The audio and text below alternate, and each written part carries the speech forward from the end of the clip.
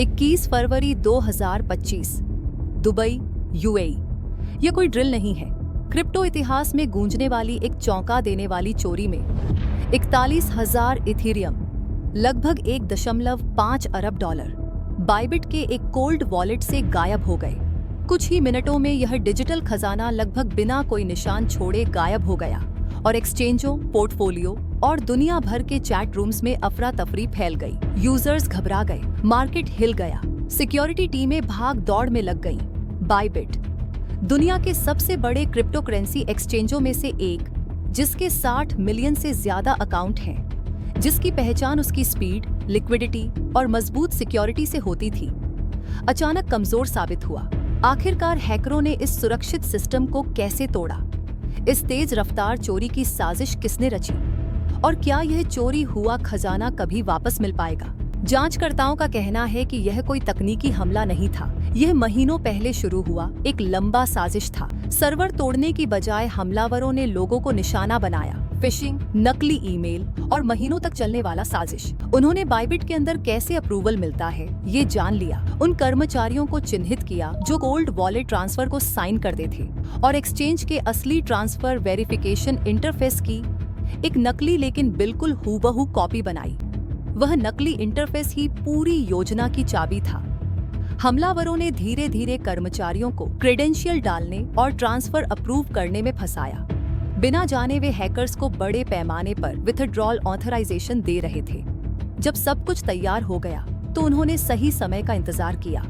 Bybit समय समय पर अपने कोल्ड स्टोरेज से हॉट वॉलेट में बड़ी रकम ट्रांसफर करता था, जो 3 कर्मचारियों की मंजूरी से गुजरता था।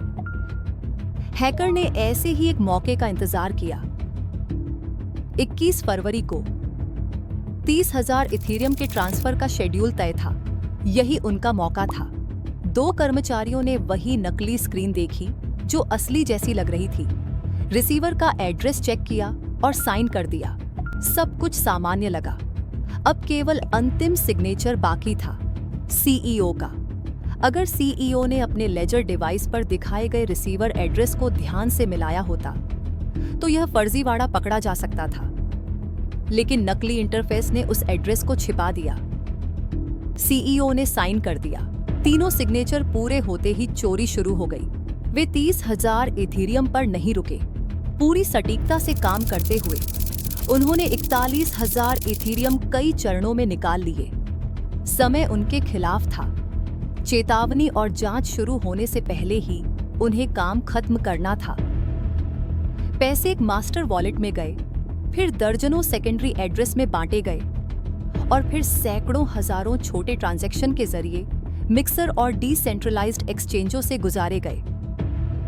एक जटिल नेटवर्क जो ट्रेसिंग को लगभग नामुमकिन बना देता है। बाइबिट की लीडरशिप ने तुरंत एक्शन लिया। एक्सचेंज ने अपने बड़े वॉलेट्स बंद कर दिए और जो फंड्स मिल सके उन्हें फ्रीज कर लिया, लेकिन वापस मिली रकम बहुत कम थी। आंतरिक टीमों ने लॉग्स खंगाले और सच्चाई सामने आई। सर्वर बिल्कुल सुरक्षित थे। हमला लोगों के भरोसे और नकली यूआई के जरिए हुआ था। निवेशकों में घबराहट फैल गई। डिपॉजिट्स खतरे में थे, भरोसा टूट चुका था। बाइबिट के सीईओ बेन जो आगे आए। उन्होंने वादा किया कि कंपनी अपने रिजर्व फंड लगभग $20 बिलियन से सभी यूजर्स को नुकसान से बचाएगी। उन्होंने कहा कि प्लेटफॉर्म पूरी तरह सॉल्वेंट है और सभी विड्रॉल्स पूरे किए जाएंगे। बयान ने बाजार को थोड़ी राहत दी, लेकिन कंपनी की साख को गहरी चोट लगी। रेगुलेटर और एजेंसियां हरकत में आ गईं। 48 घंटे के भीतर कई देशों की साइबर एजेंसियों और ब्लॉकचेन एक्सपर्ट ने ट्रांजैक्शन पैटर्न्स और तकनीक का विश्लेषण किया और सबूत मिले एक पुराने और खतरनाक नाम की ओर, लाजरस ग्रुप। यह वही ग्रुप है जो बैंकों, एक्सचेंजों और फाइनेंशियल सिस्टम्स पर हमलों के लिए बदनाम है और जिसे उत्तर कोरिया से जुड़ा माना जाता है। उनकी पहचान है लंबी रिसर्च, सोशल इंजीनियरिंग और मनी लॉन्ड्रिंग। हमलावरों ने जरा भी वक्त बर्बाद नहीं किया। कुछ ही घंटों में उन्होंने फंड्स को टॉर्नेडो कैश जैसे मिक्सर और डिसेंट्रलाइज्ड प्लेटफॉर्म से गुजारा, जो KYC से बचते हैं, ताकि पहचान छिपी रहे। उन्होंने रकम को टुकड़ों में बांटा, अनगिनत वॉलेट्स में घुमाया और कुछ हिस्से को बिटकॉइन व अन्य कॉइन्स में बदल दिया ताकि ट्रैकिंग और मुश्किल हो जाए। ब्लॉकचेन एक्सपर्ट की कोशिशों के बावजूद यह layer by layer laundering recovery को लगभग असंभव बना रही थी।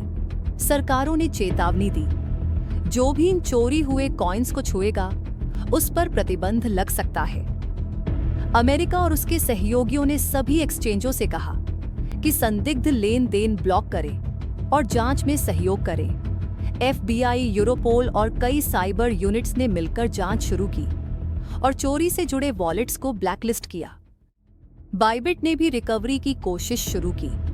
उन्होंने 10% इनाम का ऐलान किया किसी भी ऐसी जानकारी पर जिससे चोरी हुई रकम का कुछ हिस्सा वापस मिल सके। इसके लिए उन्होंने एक पोर्टल बनाया, लज़ारस बाउंटी, जहां अपडेट्स और यूजर टिप्स जमा की जा सकती थीं। हालांकि शुरुआत में सिर्फ 3% फंड्स ही ट्रेस और फ्रीज हो पाए। बाकी रकम का पता लगाना लगभग नामुमकिन लग रहा था। बाइबिट ने अंदरूनी तौर पर अपनी सुरक्षा प्रणाली पूरी तरह बदल दी। हर कर्मचारी के लिए मल्टी फैक्टर ऑथेंटिकेशन, ज्यादा कड़े विथड्रॉल चेक, नए एनोमली डिटेक्शन एल्गोरिदम्स और सख्त मल्टी सिग्नेचर वर्कफ्लो लागू किए। कंपनी ने अपने पार्टनर प्लेटफॉर्म्स से इथेरियम उधार लिया। इससे वह बाजार में लिक्विडिटी बनाए रखने में कामयाब रही ताकि अचानक आई गिरावट को रोका जा सके और ट्रेडिंग सामान्य बनी रहे। इस कदम से तत्काल संकट तो टल गया, लेकिन टूटे हुए भरोसे को दोबारा कायम करने में अभी समय लगेगा। यह हादसा एक बड़ा सवाल खड़ा करता है, क्या क्रिप्टो एक्सचेंज मानव आधारित हमलों से खुद को बचा सकते हैं? क्या मल्टी सिग्नेचर और हार्डवेयर वॉलेट जैसे उपाय काफी हैं? अगर मंजूरी की पूरी प्रक्रिया ही नकली बनाई जा सके। अगर लाजरस का नाम सही साबित होता है तो यह दिखाता है कि क्रिप्टो चोरी सिर्फ अपराध नहीं बल्कि राजनीतिक हथियार बन चुका है। यूजर्स के लिए सबक साफ है, हमेशा बाहरी डिवाइस पर वेरीफाई करें, हर अप्रूवल स्क्रीन पर शक करें और जहां संभव हो क्रिप्टोग्राफिक कंफर्मेशन की मांग करें। एक्सचेंजों के लिए जीरो ट्रस्ट अब सिर्फ नारा नहीं बल्कि नीति होनी चाहिए। मानिए कि हर इंटरफेस नकली हो सकता है और हर अप्रूवल को चेक करें। 21 फरवरी के बाद एक्सचेंज और रेगुलेटरों ने नियम कड़े किए। जांच एजेंसियां ब्लॉकचेन पर अज्ञात निशानों का पीछा करती रहीं। $1.5 बिलियन अभी भी लापता हैं। बाइबिट ने नुकसान भरा, लेकिन इस घटना ने क्रिप्टो की दुनिया में एक नया जख्म छोड़ दिया।